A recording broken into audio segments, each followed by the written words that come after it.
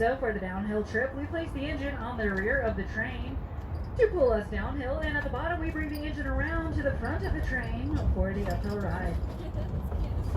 The railroad you're riding today is a reconstructed portion of the old Georgetown, Breckenridge, and Leadville Railroad, the GB&L. The first mountain railroad in this area was the Colorado Central Railroad that began construction in Denver in 1870.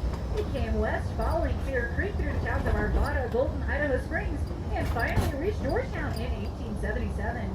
Shortly thereafter, the GB&L was formed to build a connection that would come up through the town of Silver Plume, settle beneath the Continental Divide of Upland Pass, and drop down into the rich mining the Breckenridge and Leadville. After building only 5 miles west of Silver Plume to Bakerville, the parent company of the GB&L acquired another line that reached Breckenridge and Leadville from a different direction, the Denver South Park in Pacific. So there was no longer the need to continue this line, and it was cut back to Silver Plume. At the turn of the century, this became the Colorado and Southern Railroad, eventually part of the Burlington system.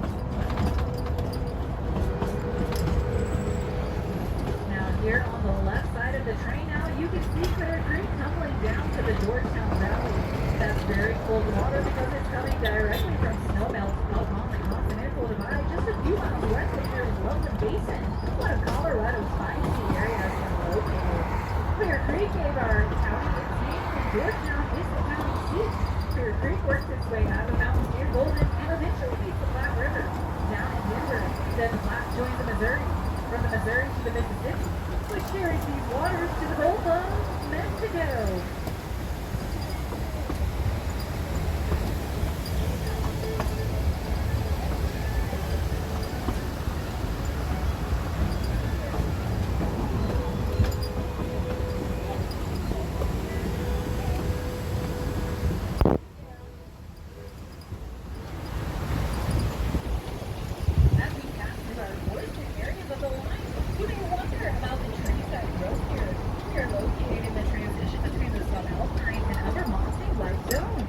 The evergreens consist of Douglas fir, bristlecone pine, Colorado blue spruce, and large areas of the aspen trees. Those would be the white trees with the black knots in them. Though only a stub and branch line from Denver, this railroad was very profitable in the early days, bringing miners, their families, and supplies to the mountain communities and taking the rich gold and silver ore back to the Golden and Denver mills to be processed. This continued until 1893 when the Sherman Silver Purchase Act was repealed and the price of silver dropped so low, mining was no longer profitable.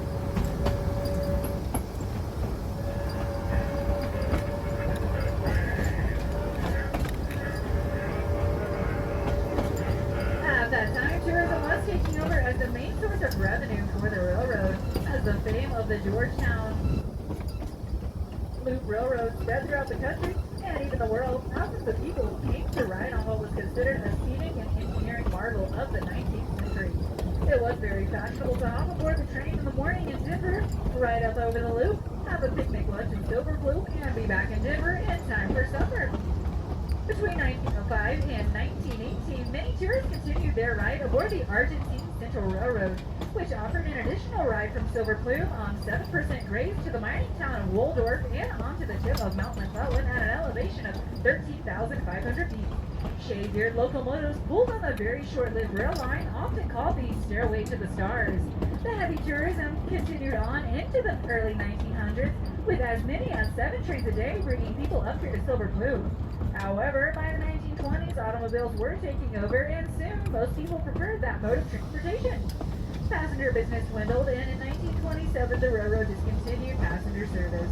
The railroad continued to run a couple of freight trains a week for several more years, but by the late 1930s, even that business was so poor, they filed for abandonment of the railroad.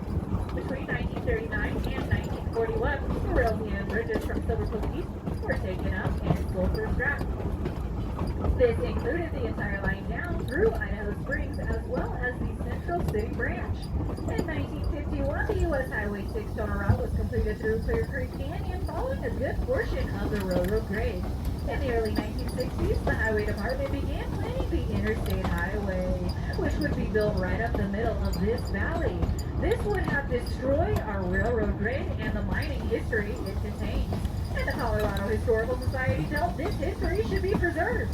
They were successful in getting the highway department to locate the interstate on the side of the Republican Mountain, where you see it today, to save the old railroad grade. So the Historical Society began to rebuild the railroad starting in